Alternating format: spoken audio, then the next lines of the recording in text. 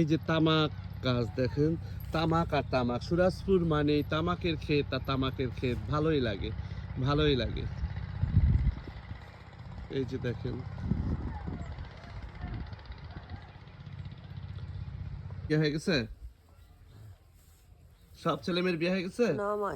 এখনো হয় নাই। এই যে ফরিদা পাড়া হারে চোখে অপারেশন করে।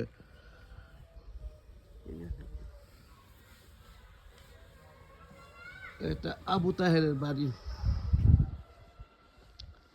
আবু তাহের ভাইকে চিনেন না?